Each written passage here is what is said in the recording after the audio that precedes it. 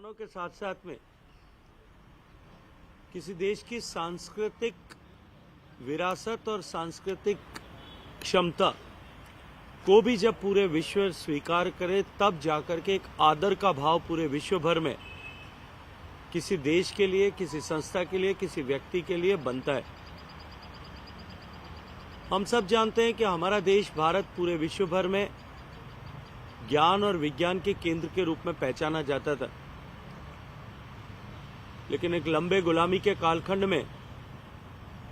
हमारी मानसिकता में जिस तरह से बदलाव हुआ, उसके चलते हुए और जब हमने स्वयं अपनी छाती पर, अपनी विरासत पर, अपनी क्षमताओं पर, अपनी सांस्कृतिक क्षमताओं पर गर्व करना समाप्त किया, उसके बाद भारत की प्रासंगिकता विश्व पटल पर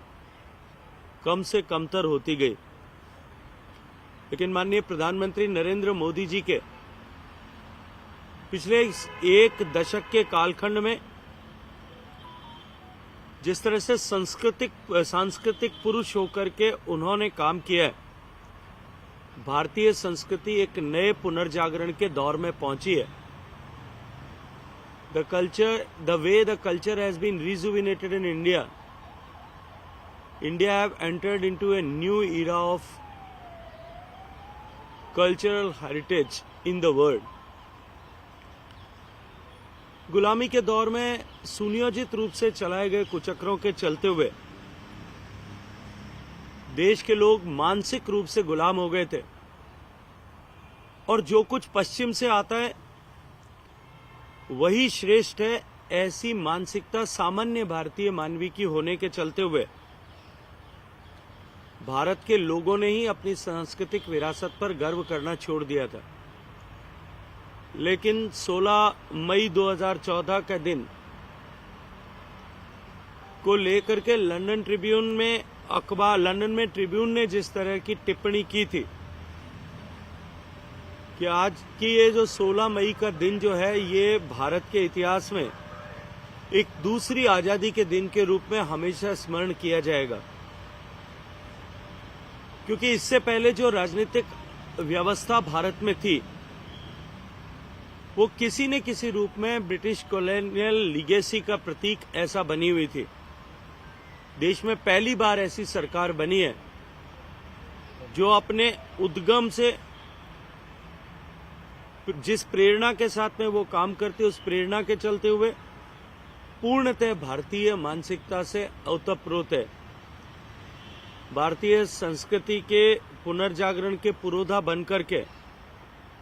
माननीय प्रधानमंत्री नरेंद्र मोदी जी ने न केवल भारतीय संस्कृति और परंपरा का संरक्षण किया है, अपितु सांस्कृतिक राजदूत के रूप में इसके पुनर्जागरण का अभूतपूर्व और विलक्षण उपक्रम करके एक बार फिर भारतीय संस्कृति को एक नई जीवंतता प्रदान करते हुए विश्व के पटल पर उसे हिमालय के सदृश ऊंचाई और समुद्र सी गहराई को वापस पुनर्स्थापित करने में सफलतापूर्वक काम किया है। आज उनके प्रयासों के चलते हुए नई पीढ़ी के करोड़ों भारतीय भारत की संस्कृति में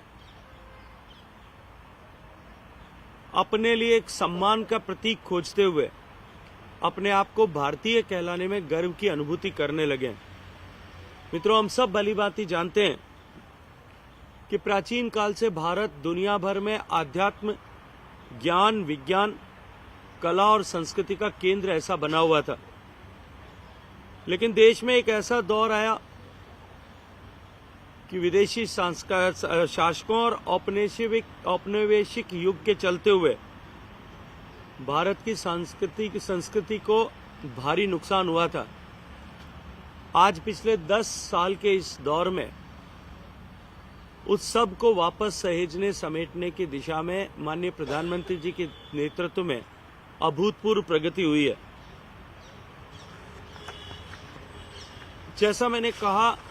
लंदन के ट्रिब्यून अखबार को कोट करते हुए कि जो सरकारें अब से पहले 10 साल पहले से पूर्व के कालखंड में जो भारत में थी, वो औपनिवेशिक मानसिकता से ओतप्रोत थी, प्रभावित थी। इसके चलते हुए हमारी सांस्कृतिक धरोहरों को सहेजने की दिशा में जिस तरह का काम करने की आवश्यकता थी।